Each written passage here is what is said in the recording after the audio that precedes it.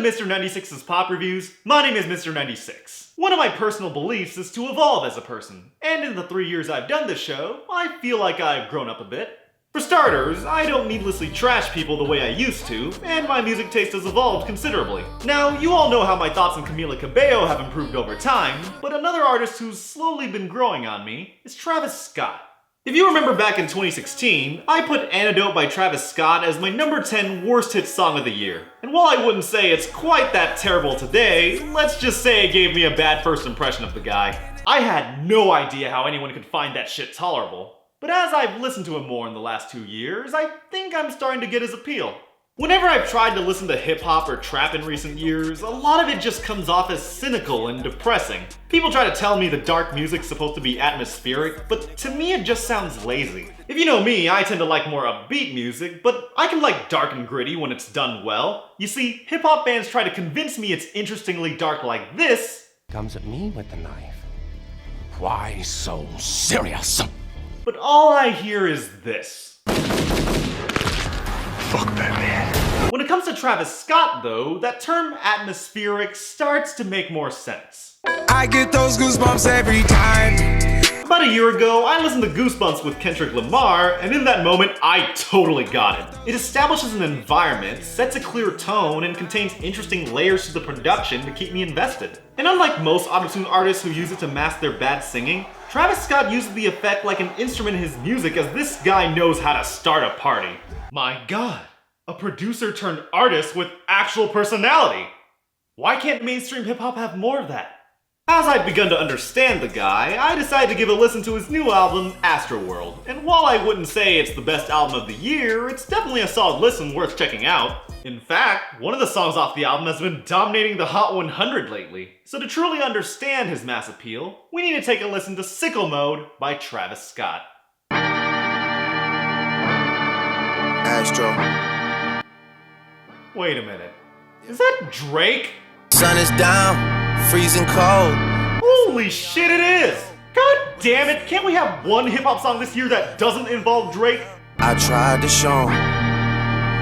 And like with most Drake songs this year, the music sounds dreary and uneventful. Can someone just turn this shit up? Made this here with all the ice on in the booth. Oh, okay. I think I can get down with this. This shit way too big. When we pull up, give me the loot. Give me the loot! Was off the Remy, had up at post. No, that's actually pretty good. I like it when songs consist of distinct segments. It's like a hip-hop opera. Not quite Bohemian Rhapsody, but I'll take it. Then they joking, man. Know the crackers wish you was a news. Someone said, Is that Sway Lee? someone said, And who's this guy? Time out. I need to figure out how many uncredited artists are on here. Shorty face, Tommy out the blue. someone said, Okay, I just looked up, and that voice is from Big Hawk, a Houston rapper who was tragically murdered in 2006. But you know what? I actually like this sample. It's a better example of a posthumous track than another song out right now. SICKO Mode is a song about work ethic, and unlike the perception of modern hip-hop, you can at least hear some effort in this mix. This shit way too formal, y'all know I don't follow suit. I wouldn't exactly say this song is a total banger, but the music keeps me engaged with the atmosphere he sets. Maybe Drake can take some notes for his next album. She's in love with who I am. Oh, I forgot. It's a Drake song again. Now I hit the FBO with duffels in my hands.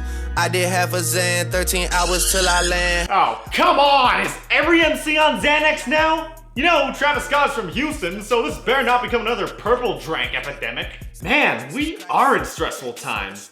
But I have to give credit. Not only is the music in this third section pretty nice, that line was so zeitgeisty, I might even take back every bad thing I said about Drake's Scorpion album.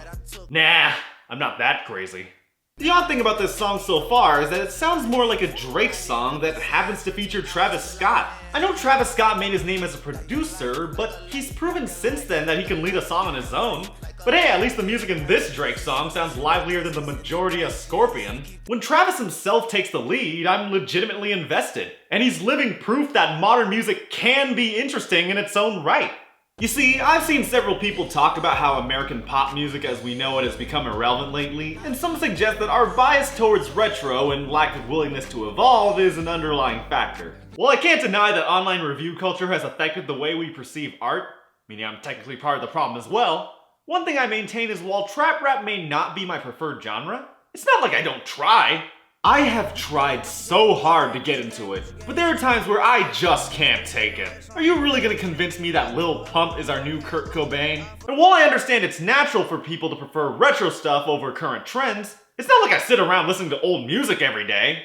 For example, one of my favorite songs this year is synth pop, but it's not like it rips off Flock of Seagulls or something. It actually sounds like a modern pop song from the year 2018. I like being challenged. I'm open to trap music if it's done well. EDM has made wonderful songs using trap beats, so when I hear Travis Scott, I thank him for experimenting new techniques. Sicko Mode is a fine song that gets better from beginning to end, but the real story is that Travis Scott gives me hope. With his extensive background as a producer, I trust that he can find new ways to evolve hip-hop moving forward. I give this one a low 7 out of 10. If hip-hop's going to be king for the next few years, I wouldn't mind seeing more Travis Scott in the Hot 100.